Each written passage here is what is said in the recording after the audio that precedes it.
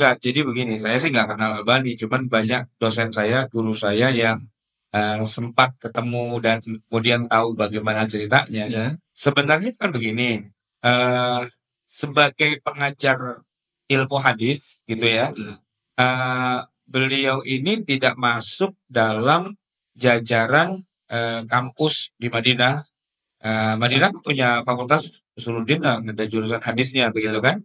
Nah itu tidak masuk sebagai dosen sebenarnya. Kenapa tidak masuk sebagai dosen? Karena mohon maaf, kalau mau ngajar S1 kan gelarnya minimal harus S2 atau S3. Ya kan doktor apalagi enggak. Nah dia boro-boro doktor, MA, LC aja enggak gitu loh. LC aja enggak. Kenapa LC aja enggak? Satu hari pun belum pernah duduk di fakultas hadis.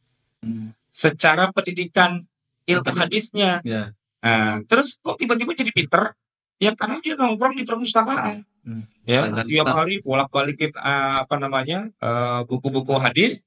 Nah, begitu keluar tiba-tiba ngarang hadis. Oh, ini sahih, ini dhaif, ini hadis, ini gitu kan macam-macam banyak begitu. Mereka yang belajar ilmu hadis secara formal tidak menjadikan apa-apa yang ditulis oleh Albani sebagai resmi rujukan yang sah. Saya dengan almarhum Profesor Kiai Haji Ali Mustafa Ya'qub itu dosen saya dalam ilmu hadis. Waktu S2 dulu ya, 10 tahun yang lalu kira-kira begitu. Beliau itu mencoret-coret ini saya makalah kalau ada pakai rujukannya apa nih? Ini bukan buku rujukan, ini novel gitu loh. Iya, fiktif gitu loh. Apa bukan fiktif? Fiksi gitu loh. Fiksi. Tidak bisa dijadikan standar dalam ilmu hadis yang baku. Gitu. Tapi kok banyak di mana-mana? Coba, yang baca bukunya itu adalah orang ahli hadis atau orang awam? Semuanya orang awam yang nggak ngerti ilmu hadis. Kalau orang ngerti hadis, nggak akan pakai buku itu. Kenapa? Karena dia bukan orang yang secara terdidik ya secara formal dalam ilmu hadis. Nah kalau enggak, terus kenapa banyak yang pakai? Ya gini aja yang gampang. Mama Dede itu kan yang nonton berjuta-juta umat gitu kan.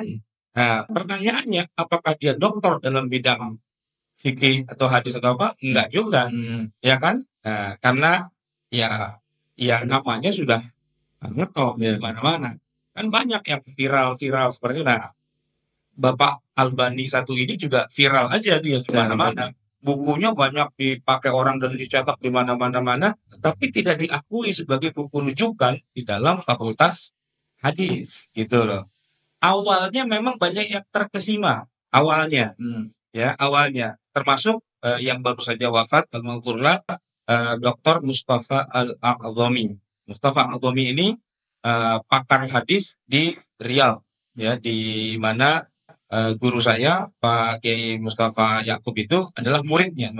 Awalnya Al-A'dhami mengatakan, iya ini ahli hadis, karena melihatnya pintar banget. Tapi begitu dibaca semua bukunya, lama-lama kok rada-rada begini ya, aneh ya gitu ya. Caranya dia merajihkan, caranya dia melakukan jarah wa takdir dan sebagainya, banyak yang aneh gitu. Salah satu keanehannya adalah kitab Sahih Bukhari itu sama dia masih diteliti ulang, ditafsir lagi.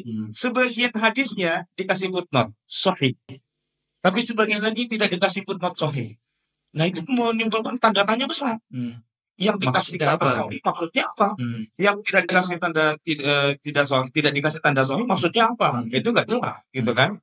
Cuma buat masyarakat yang awam sekali, mereka menafsirkannya bahwa ternyata kemampuan ilmunya Bukhari itu belum ada apa-apanya dibandingkan dengan Al-Basri.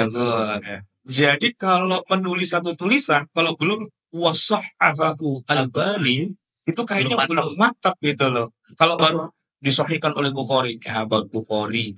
Wasahhahu Muslim, ya baru Muslim. Harusnya wasahhahu Albani dan pakai nomor.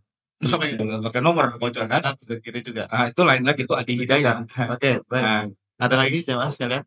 Masih ada waktu kurang lebih